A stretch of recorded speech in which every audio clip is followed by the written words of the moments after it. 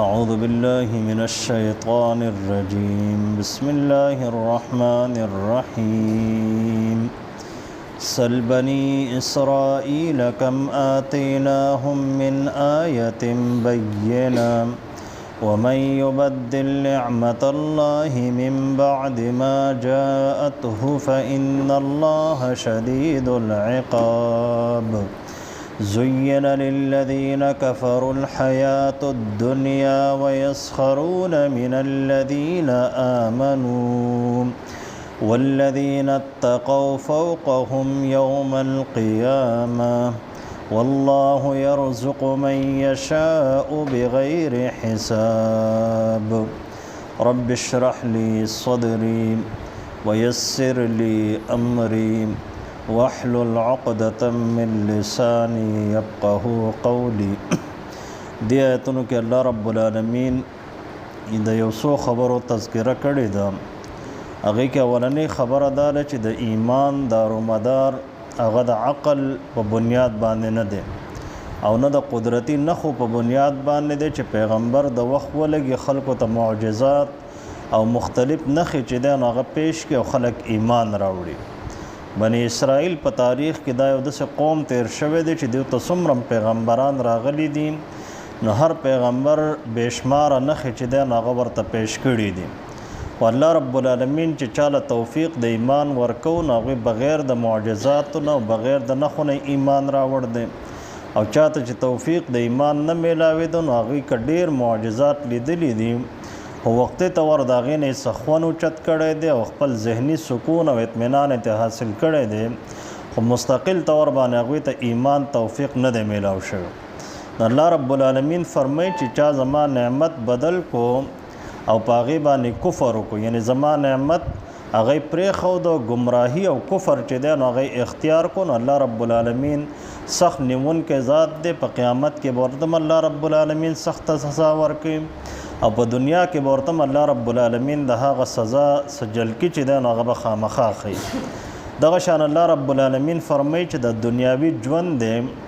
د کافرانو دپاره د غیر مسلمو دپاره چې هغوی پابندیانې د الله رب العالمین په ځان نه مني د هغوی دپاره دغه دنیا چې ده نو دا ډېره ښایسته کړې شوې ده او د هغوی ټول کوششونه چې دی نو هغه د دنیا نه تاویږي راتاویږي په مؤمنانو پورې مسخرې کوي ټوکه ټقاله کوي چې کوم انسان د الله رب العالمین بندگی کوي د الله رب العالمین په لاره کې مال خرج کوي خپل صلاحیت خرج کوي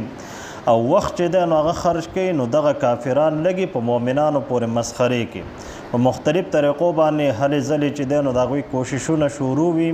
چې د مؤمنانو حوصله شکني وکړي د حلال او د حرامو متعلق د الله رب العالمین د بندګۍ متعلق د پیغمبر د تعلیماتو متعلق. نو الله رب العالمین فرمایي چې دغه مؤمنان چې په دنیا کې په دوی پورې مسخره کیږي نو قیامت په ورځ باندې به دوی له پاسه وي په مرتبې په لحاظ سره په کافرانو باندې پاتې شو دنیا. نو دنیا کې الله رب العالمین د رزق قانون چې کوم بیان کړی دی نو هغې کې د ایمان او د کفر قید الله رب العالمین نه دی لګولی چې مؤمن ته به رزق ورکوم کافر ته به یې نه ورکوم یا کافر ته به ورکوم مؤمن ته به یې نه ورکوم نه. په رزق تقسیم چې دی نو هغه د بل یو قانون په تحت چې دی نو هغه تقسیمیږي. الله رب العالمین رزق ورکوي چاله یې فراخه ورکوي چاله یې کم ورکوي. د غریب الله رب العالمین ازمایش په غربت کې کوي د مالدار ازمایش الله رب العالمین په دغه مالدارۍ کې کوي. دغه شان الله رب العالمین فرمایي چې په انسانیت کې او د الله رب العالمین په دې کائنات کې اصل هغه توحید دی او رڼا د هدایت ده. ټول انسانان د حضرت آدم علیه السلام اولنی انسان دی او اولنی نماینده دی او اولنی مرجع او اولنی منبع د هدایت ده او د نور ده او د هغې نه پس بیا الله رب العالمین فرمایي چې ټول انسانان په هدایت باندې وو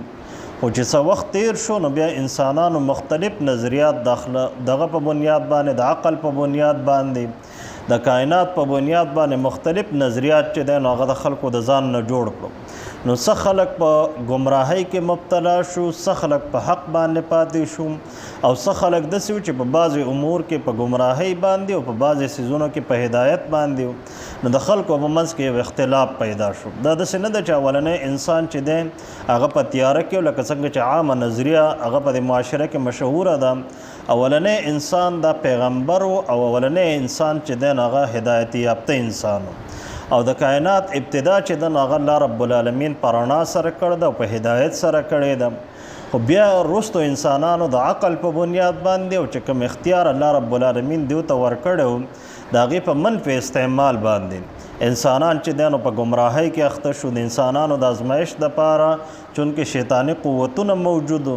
نو د انسانانو په منځ کې چې کله اختلاف راغی نو الله رب العالمین د دغه اختلاف د ختمولو دپاره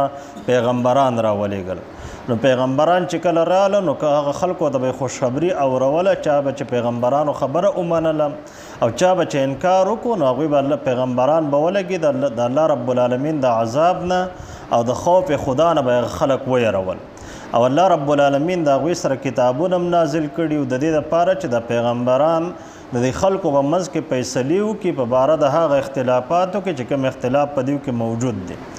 البته د اختلاف څنګه راغی نو اختلاف چې دی نو دا د معاشرې د نان پړه لیکه طبقې نه نو پیدا شوی، یعنی د هغه طبقې نه نو پیدا شوی چې هغه لیکه پړه نه و، غریب دا انپړ خلک ورته مونږ ووایو، د هغې د وجې نه دا فساد نه و برپا شي. په دنیا کې چې کلم فساد برپا کیږي نو هغه د لیکه پړه طبقې نه پیدا کیږي، عام غریب انسان نه او هغه کس نه چې هغه پړه لیکه نه وي د هغه د وجې نه دومره فساد چې دی نو هغه معاشره کې نه پیدا کیږي. نو الله رب العالمین فرمایي چې د الله رب العالمین په دې خدایۍ کې د کائناتو په دې مقصد کې اختلاف نه و کړی مګر هغه خلکو چې هغوی ته کتاب ورکړی شوی، اخکاره نښې چې دی نو هغوی ته راغلی وي.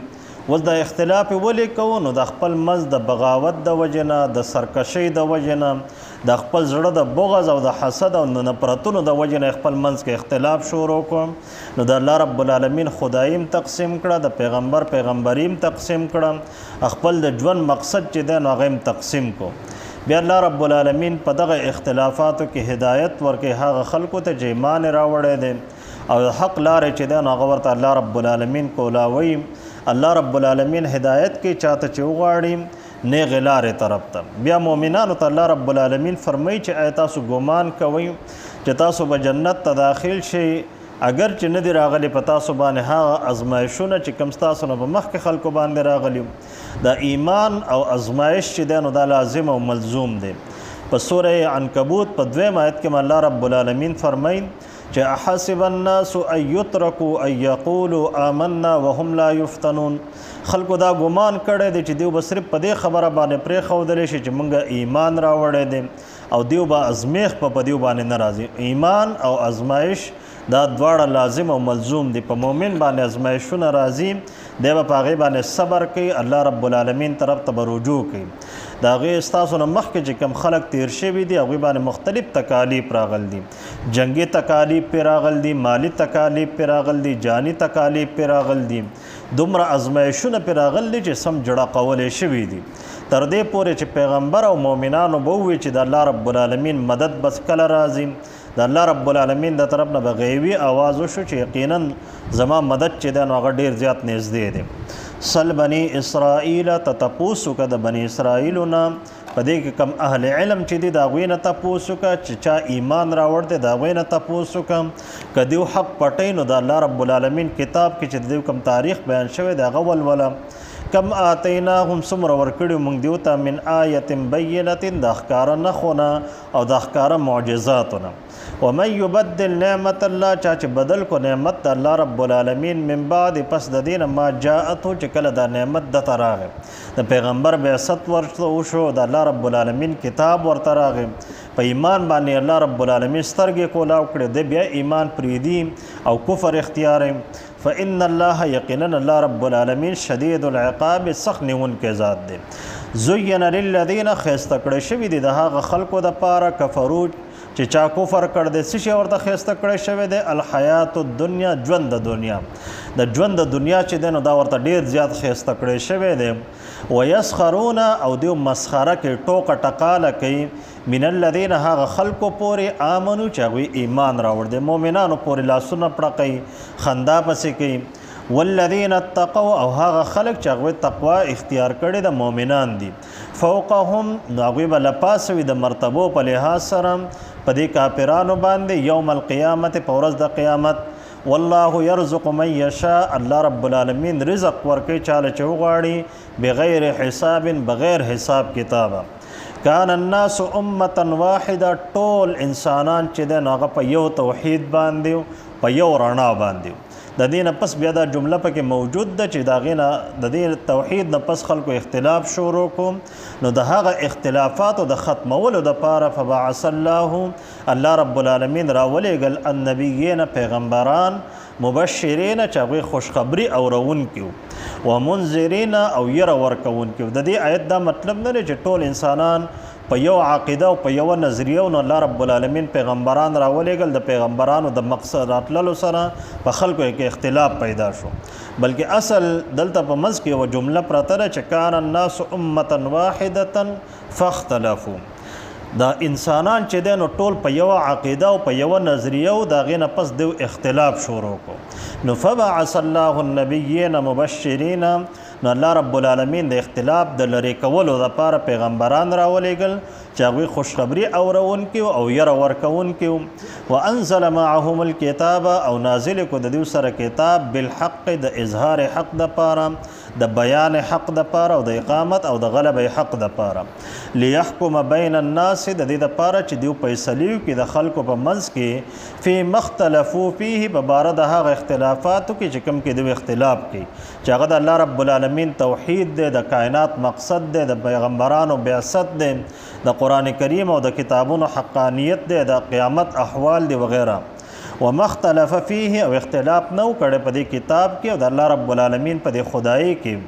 الا الذین اوتوه مگر هغه خلکو چې هغوی ته ورکړی شوی کتاب من بعد ما جاءتهم البینات پس د دې نه چې کله هغوی ته راله ښکاله دلایل. نو دلایل چې رالل او کتاب ورته ورکړی شوی نو د دې تقاضه خو دا وه چې دوی اختلاف نه وی کړی، د الله رب العالمین قربت حاصل کړی وي. نو الله رب العالمین وجه د اختلاف ذکر کوي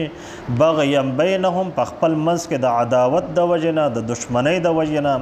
د ذاتي مفاداتو د وجې نه، د بغض او د حسد او د نفرتونو د وجې نه د اختلاف شروع کړو. فهد الله الذین نو هدایت کو الله رب العالمین هغه خلکو ته آمنو چې ایمان راوړی دی لمختلفو فیه په هغه څه کې چې کوم کې د خلکو اختلاف کړو. نو مؤمنانو ته الله رب العالمین دا نشاندهي وکړه چې حق څه شی دی او باطل څه شی دی. من الحق د حق نه باذنه په حکم د الله رب العالمین سره. والله یهدی من یشاء الله رب العالمین هدایت کې چاته چې وغواړي الی صراط مستقیم نیغې لارې طرف ته. ام حسبتم تاسو ګمان کوئ ان تدخلوا الجنه چې تاسو به داخل شئ جنت ته ولما یأتکم او نه دی راغلی په تاسو باندې مثل الذین په مثال د هغه خلکو باندې خلو من قبلکم چې کوم ستاسو نه مخکې تیر شوي د هغه شان ازمایښونه لا په تاسو نه دي راغلي. مستهم البأساء هغوی ته رسېدلي وو تکلیفونه، جاني تکلیفونه، جنگي تکلیفونه، والضراء د مالی تکالیف او دغه شان جاني تکالیف الله رب العالمین پر راوستي وو.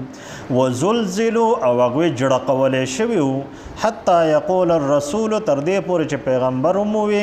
والذین آمنوا او هغه خلک وموي چې ایمان راوړی معه په پیغمبر باندې. نو د دواړو وی چې متا نصر الله چې د الله رب العالمین مدد به کله راځي.